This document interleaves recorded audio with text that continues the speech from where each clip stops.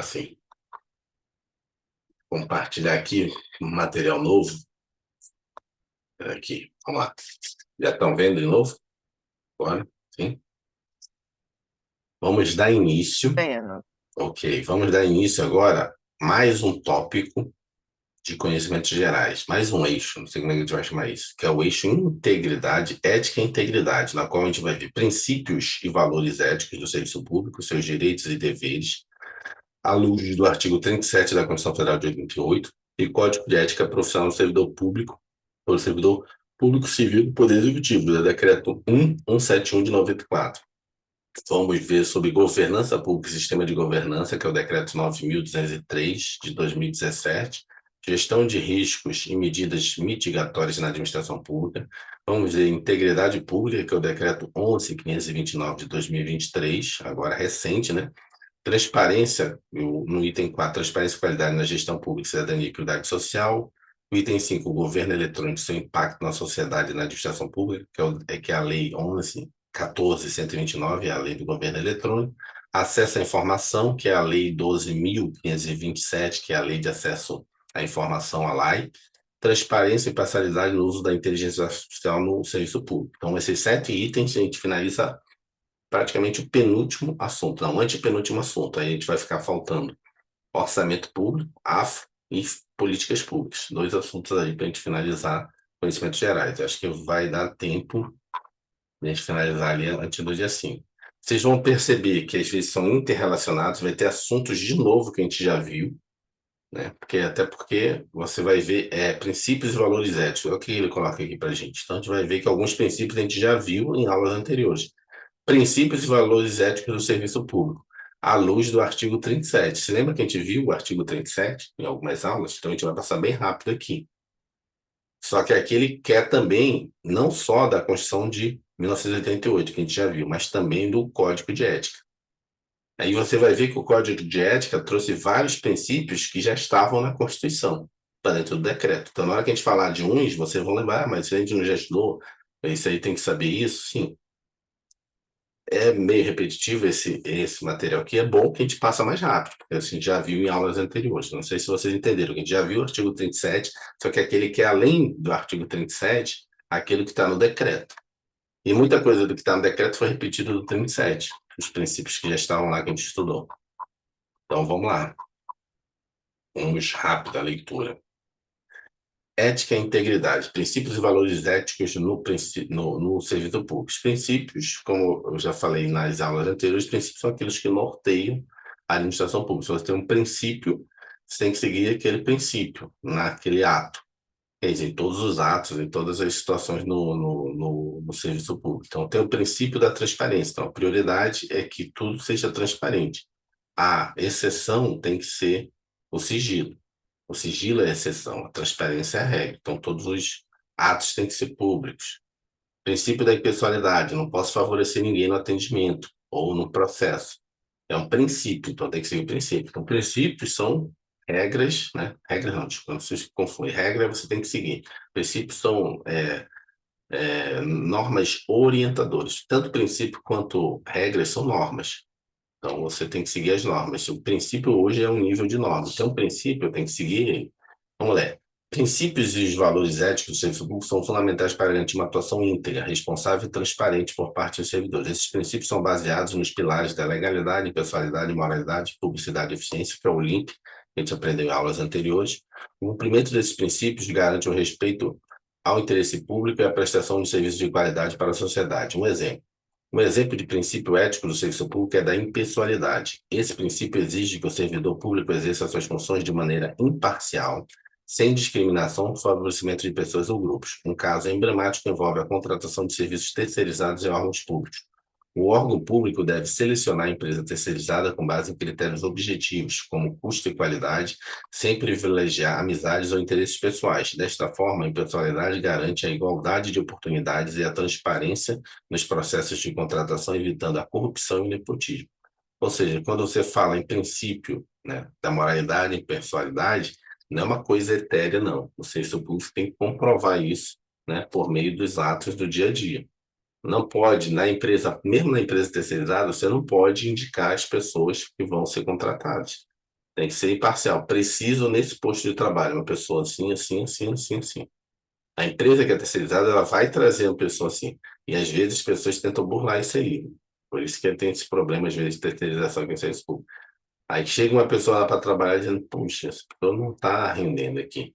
Aí você vai lá com o cara da empresa terceirizada, olha, essa pessoa aqui que você colocou aqui nessa área aqui para servir o trabalho administrativo não está dando certo, não está aprendendo o sistema do governo, passa a demanda, ela não consegue dar cabo. Aí vai falar para você, às vezes, você está como já aconteceu comigo, você está como coordenador geral, você que vai ter que, né, ajeitar ali a sua coordenação, a sua vez, mas essa pessoa aí quem indicou foi o ministro, quem indicou foi o secretário.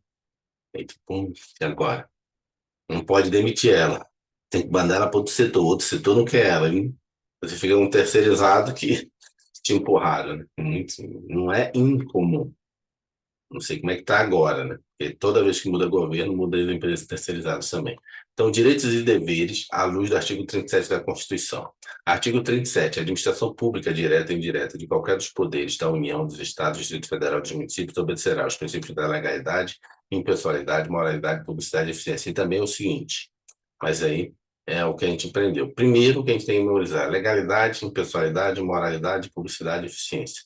Legalidade, o que a gente precisa aprender rapidamente, a gente vai pular isso aqui praticamente tudo. Lembrar que o princípio da legalidade genérico é tanto as leis, em sentido estrito, quanto as normas, resoluções, portarias, decretos, que são o princípio da legalidade. Quando a questão falar em princípio da reserva legal, só se está falando em lei. Impessoalidade. Impessoalidade é licitação pública, concurso público, então, tudo aquilo que envolve em que eu escolho imparcialmente. Impessoalidade é imparcialidade. Eu não tenho impessoalidade, eu sou imparcial naquilo que eu estou fazendo na administração pública, então é impessoalidade. Moralidade, aqui sempre vai estar envolvendo situações em que, além de ser legal e impessoal, ele tem que ter um caráter, né, de moral assim, você perceber que aquilo é eticamente moral, é quase uma questão ética. Então, não contratar parentes.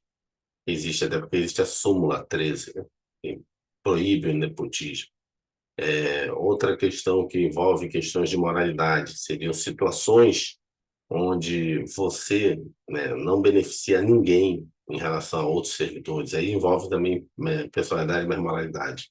Então, tem situações que ele vai cobrar ali, colocar nas situações para você perceber que você está infringindo a moralidade. Normalmente vai perguntar qual é a correta, qual é a errada, mas moralidade tem a ver com questões éticas. Você perceber no contexto ali, na historinha, que está indo para o lado ético, você não é ético, então está ferindo o princípio da moralidade. Publicidade. Publicidade, a gente tem que lembrar de questões de transparência. Então, a regra no serviço público é transparência. A exceção, a exceção é que o sigilo. Inclusive, tem uma questão que a gente respondeu, acho que uma ou duas vezes, que vocês viram, que foi da Polícia Federal. Foi um julgado. Não, acho que não foi uma questão, foi um julgado que eu li para vocês, que envolve o princípio da publicidade, onde qualquer processo que se abrisse na Polícia Federal tinha que ser sigiloso. Mas peraí, a lei fala uma coisa, esse outro decreto fala uma coisa, como é que você vai lá como chefe da Polícia Federal e diz que tudo tem que ser sigiloso? E aí, caso que não seja sigiloso, você vai justificar? Não, a regra é o contrário. Tudo é público, inclusive os processos judiciais são públicos. Aquele que é sigiloso, você justifica. E no caso, na área jurídica, só são sigilosos os processos que envolvem crianças, idosos e questões sexuais. Se você entrar no site do TJ, você pode consultar os processos.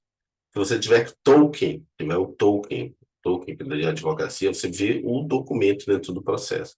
Mas mesmo você não tendo token, se você solicitar, você também tem acesso ao processo.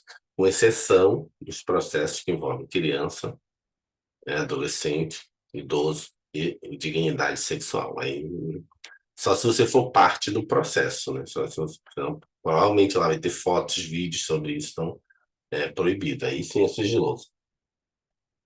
Atenção, o princípio do contraditório e da ampla defesa, deixa eu botar numa formato aqui, então, o princípio do... Tá travando.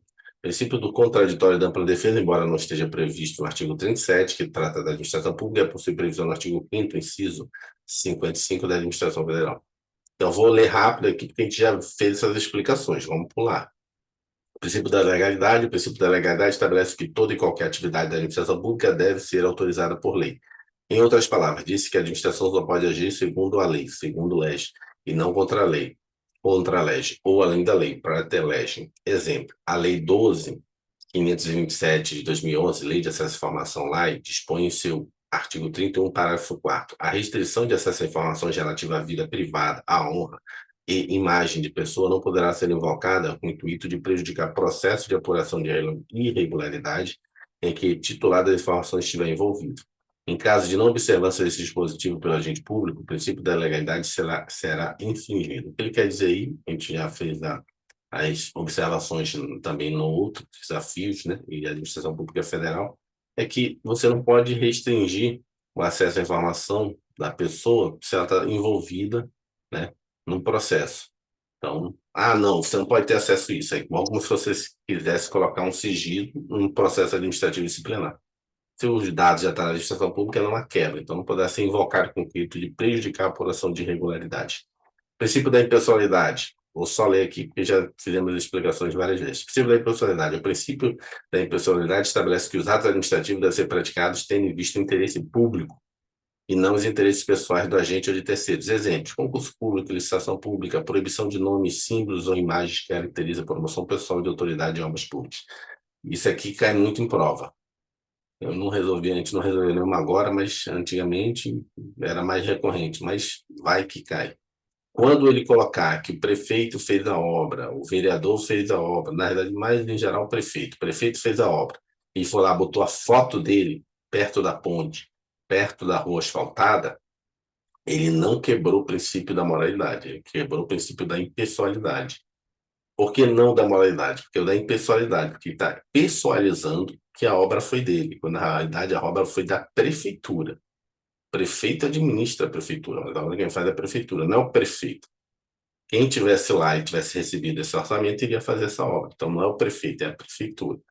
Isso ocorria muito antigamente, depois de tanto levarem, né, esses problemas chegar na justiça, a pessoa ser punida por improbidade administrativa, os prefeitos pararam.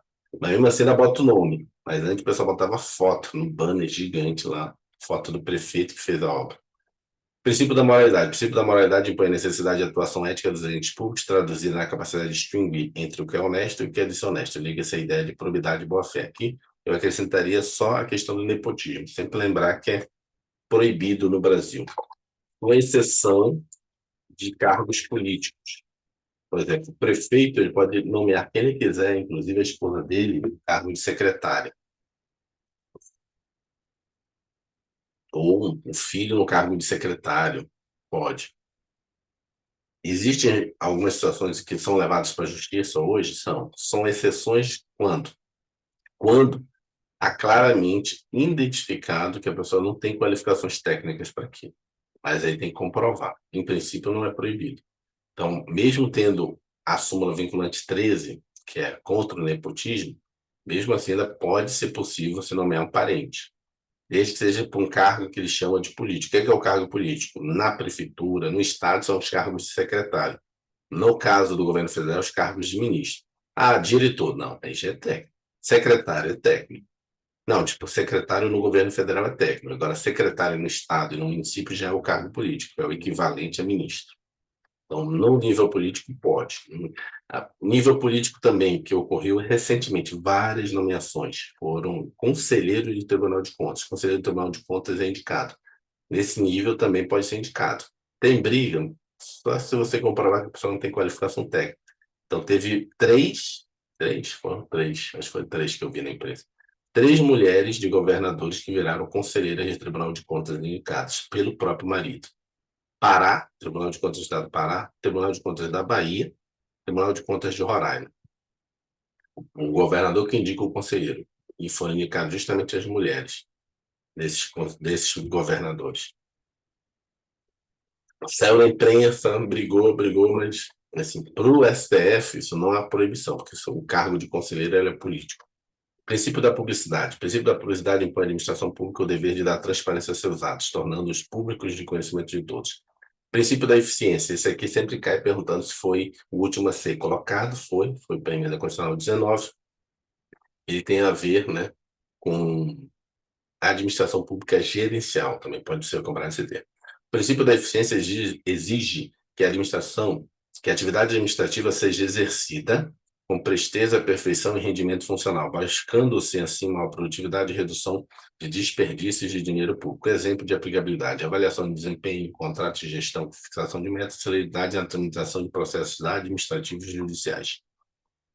Vamos lá. Prioridade de convocação sobre novos concursados.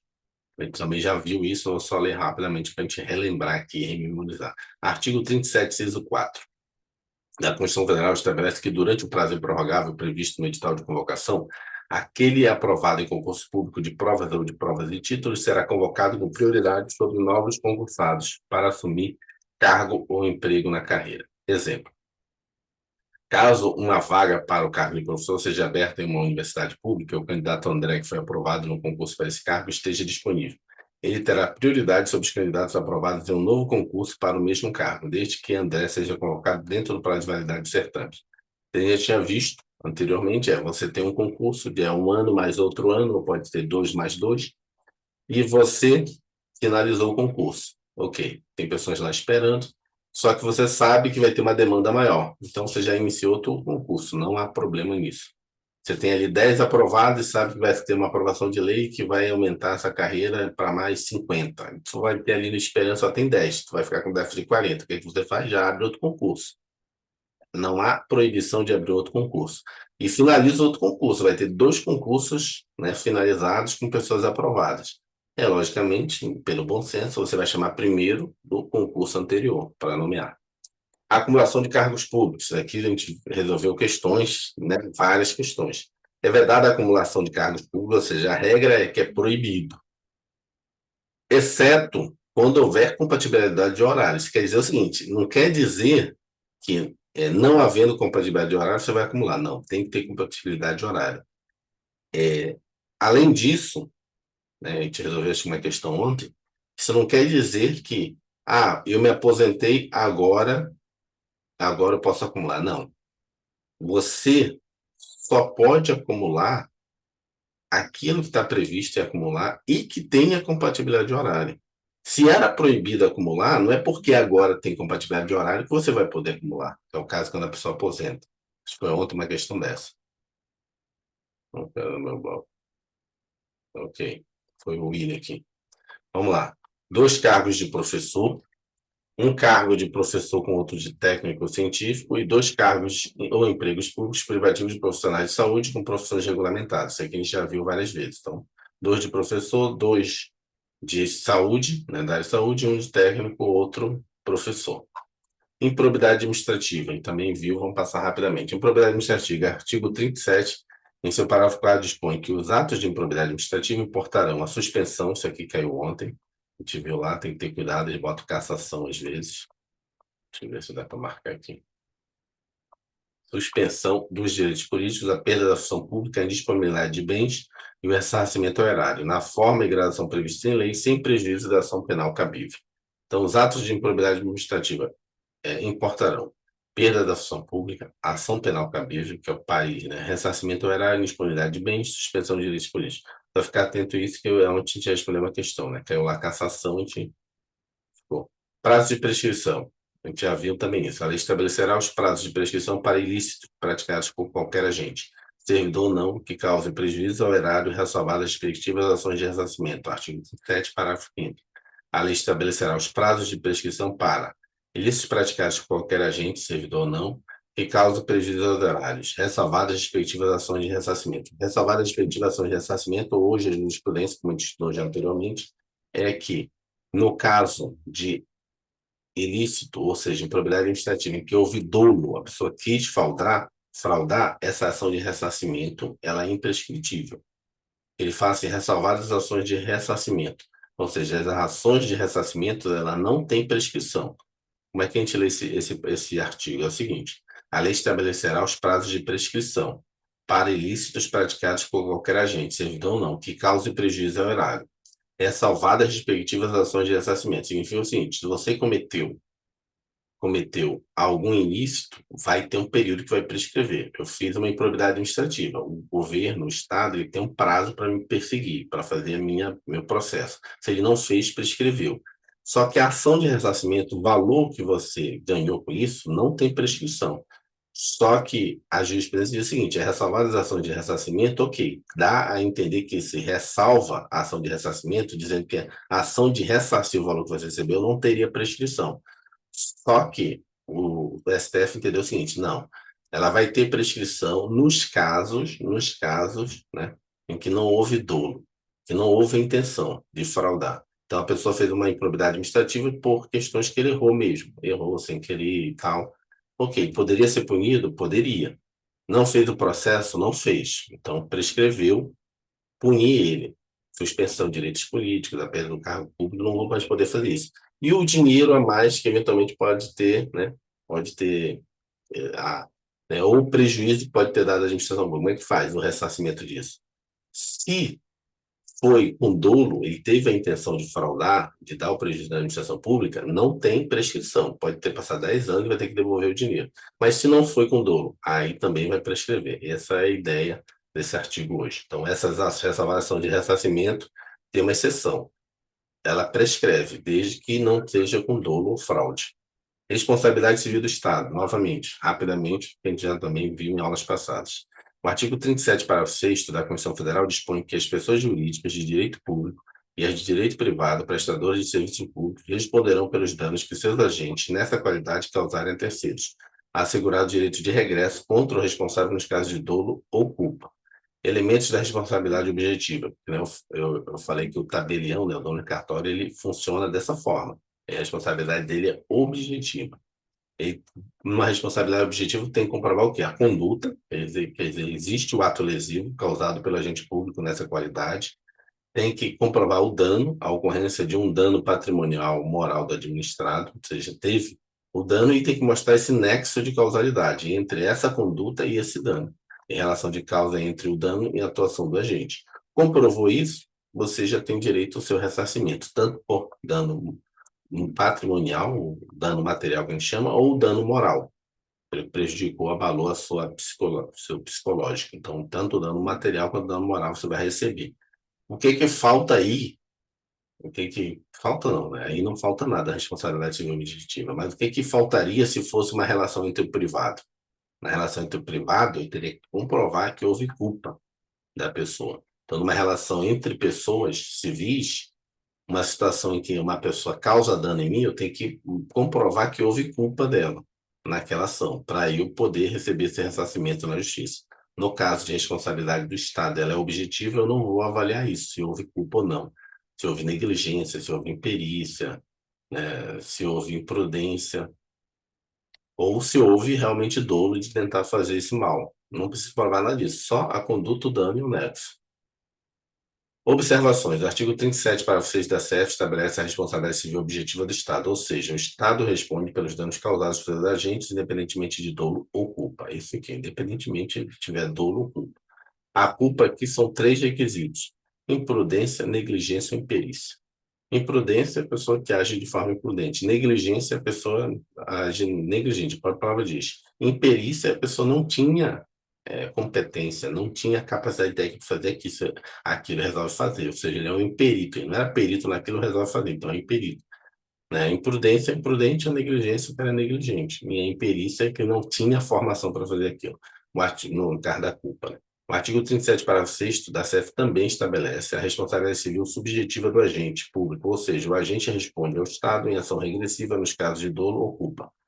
Isso aqui é o caso do agente que cometeu depois, né, que o Estado paga, ele vai lá e tem que ressarcir o, a administração pública. E a administração pública tem que mostrar dolo ou culpa dele.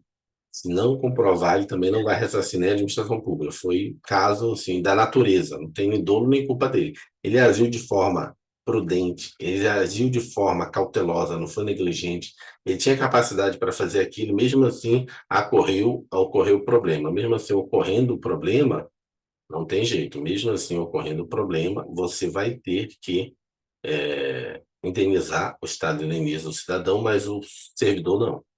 Porque, na verdade, não teve nem dolo nem culpa, não foi nem prudente, nem negligente, nem perito. A responsabilidade civil objetiva não alcança as estatais exploradoras de atividade econômica. A atividade econômica, serviço público, sim, vou marcar aqui também.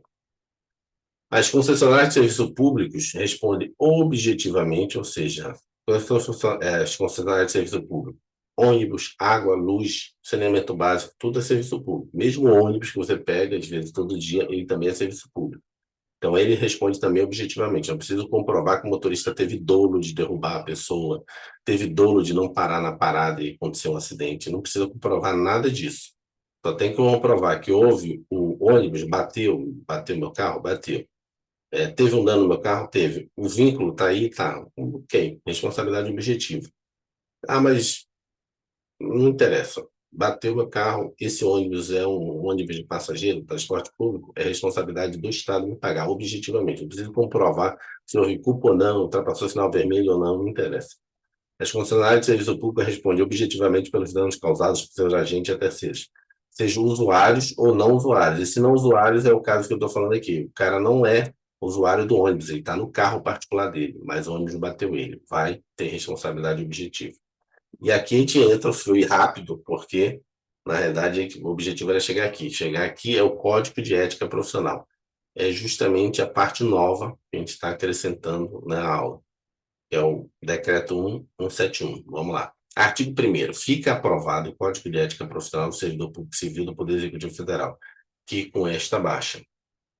Comentário. O Decreto 1171 de 94 aprova o Código de Ética Profissional do Servidor Público Civil do Poder Executivo Federal. Este código estabelece as diretrizes éticas que os servidores públicos devem seguir em seu trabalho. Por exemplo, o servidor público não poderá jamais desprezar o elemento ético da sua conduta. Assim, não terá que decidir somente entre o legal e o ilegal, ou seja, entre o princípio da legalidade ou não, o justo e o injusto, ou seja, o princípio da moralidade, o conveniente ou inconveniente, aí é o princípio da eficiência, o oportuno e o inoportuno também é eficiência, mas principalmente entre o honesto e o desonesto.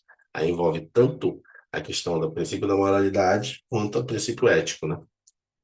Então, a ética está muito mais além do que da moralidade ou do que da legalidade. Já é um nível mais ainda, né, para você analisar os seus atos no dia a dia da administração pública. Artigo 2º. Os órgãos da entidade da administração pública federal, direta e indireta, implementarão em 60 dias as providências necessárias à plena vigência do Código de Ética, inclusive mediante a constituição da respectiva comissão de ética entregada por 3 servidores ou empregados titulares de cargo efetivo ou emprego público permanente. Significa o seguinte: quando foi lançado em 94, todo órgão passou a ter que ter comissão de ética. Quando vocês entrarem aqui, se Deus quiser, vocês vão entrar, vocês vão ver que vão chegar no órgão e vai ter, provavelmente, no curso de formação, uma aula, né, no curso de formação, uma aula sobre ética. E provavelmente vão apresentar para vocês a comissão de ética. Se você fizer o curso de formação específico do seu órgão, que nem eu fiz alguns, aí vai dizer, ó, isso aqui são as pessoas, isso aqui é a presidente da comissão de ética. Normalmente tem uma área separada que faz a parte de ética, né? Que é a coordenação lá de ética. Tem uma coordenação. No CAD, agora não é uma coordenação. A pessoa que tem um DS, ela é presidente também. E, normalmente, quem auxilia ela vem de outros setores. Eles têm reuniões para isso. O que a comissão de ética faz? Normalmente, no órgão, eles regulamentam situações, regulamentam não, né? Tem as reuniões dele. Normalmente, você pergunta para eles e eles dão o aval deles, se você pode não fazer aquilo. Qual o tipo de situação? Por exemplo, um amigo meu queria prestar um serviço para o FMI, dar aula no FMI. Ele conheceu a pessoa numa dessas reuniões, essas coisas todas, e queria saber se tinha conflito, né, ético sobre isso, conflito de interesse. Aí a comissão de ética já diz, ok, não tem conflito de interesse. Acontece muito também em cargos muito altos, a pessoa é um DS5, né, um diretor, e aí é contratado para fazer uma palestra ou dar uma consultoria. Ele, para se precaver, ele tem que solicitar para a comissão de ética, perguntar se há um conflito ético. E eles dão um parecer, não há conflito ético. Pode ir lá fazer palestra, pode ir lá. Eles são rápidos nisso. Né? Normalmente nós temos prazo dentro do órgão. Então, toda vez que você sentir que o cara me convidou para ir numa palestra, vai pagar tudo, né? Vai me pagar pela palestra. E de vez em quando eu converso com ele aqui sobre assuntos do serviço público, né, que ele tem demandas aqui dentro, você vou perguntar para a comissão de ética. Você sempre deve perguntar. Por quê? Porque se você fizer a palestra, participar do evento do cara, ou o que for, e depois isso vai vazar, você vai botar isso no Instagram, alguém pode denunciar você para a comissão de ética e vai ter punição. E a comissão de ética, depois dessa punição, ainda pode gerar um PAD, uma sindicância. Então, melhor você se precaver, porque se alguém depois, vi no Instagram do Edivan que foi em tal palestra do cara que é presidente da associação, que sempre está aqui. Quando vierem cobrar você, o seu chefe, eu vi isso aqui, mandaram na ouvidoria, mandaram aqui na corregedoria sobre isso. Ele vai ter que responder. Você olha aqui, ó. Eu já tinha comunicado com a comissão de ética me deu parecer favorável. Acabou a historinha, já está tudo comprovado. Questão. A formação de uma comissão de ética no âmbito de diversos órgãos federais é compulsória, certo? Todo órgão tem que ter a comissão de ética. O que cai muito também é isso aqui, ó, na comissão de ética. Aqui, ó, tem que ser efetivo. Não pode ser cargo temporário, não pode ser só DAS sem vínculo. O cargo tem que ser servidor de carreira. O cara tem que ser servidor de carreira para participar da comissão de ética. Alguns órgãos você tem que ter já ultrapassado o estágio probatório, pode ser servidor de estágio probatório. Regras teontológicas. O que é regras teontológicas? É as regras em que você vai observar a ética, né? Ou seja, não, regras que eles chamam que vêm lá da origem. Teonto é de origem. As regras que originam os princípios éticos, a ética dentro do órgão. E aqui a gente vai ler rapidamente. Ele colocou algumas aqui, que é justamente isso. O decreto é simplesmente isso. São as regras que você tem que observar. Então, inciso 1.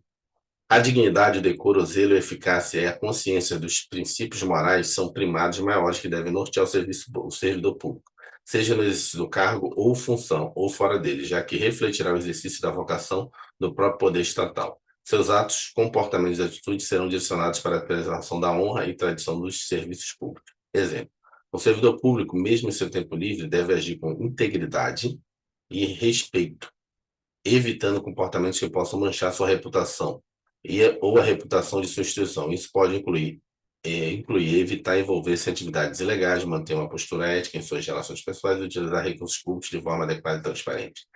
Inciso 3. A moralidade da administração pública não se limita à distinção entre o bem e o mal, devendo ser acrescida da ideia de que o fim é sempre o bem comum. O equilíbrio entre a legalidade e a finalidade na conta do servidor público é que poderá consolidar a moralidade do ato administrativo. Questão exemplo. Provavelmente já pegou de alguma coisa que já caiu da Sérgio Rio. João é servidor público federal e busca praticar os seus atos obediente às regras de conduta estabelecidas pelo Decreto 1171 de 94. Nos termos do referido nos termos do referido Código de Ética Profissional, a moralidade da administração pública não se limita à distinção entre o bem e o mal, devendo ser acrescida pela ideia de que o fim é sempre o bem comum. Nesse contexto, o que poderá consolidar a moralidade do ato administrativo será o equilíbrio entre a legalidade, a conduta do servidor e a sua finalidade. Ou seja, ele pegou aqui nessa questão simplesmente o inciso 3, certo? Então acrescentou não. Aqui. Vamos lá. Aqui acabou a aula de hoje. Amanhã eu não sei se amanhã a gente vai ter aula. Amanhã é feriado. Tem algum problema? William, Neila, pessoal, até saiu. Eu posso depois confirmar lá no grupo pessoal. Para mim não tem problema não, professor. Tá, então amanhã a gente tem de novo. Só tem problema no sábado aqui em casa. Amanhã, apesar de ser feriado, feriado de Corpus Christi, não, mas Semana Santa, aqui não tem problema para Amanhã mim. trabalho normalmente. Eu também. Quer dizer, eu não trabalho amanhã, mas amanhã eu estudo normalmente. Inclusive, eu vou estudar Deixa eu final de... fazer uma pergunta, pessoal. Só gravar aqui, preparar a gravação. Pode perguntar. Ok.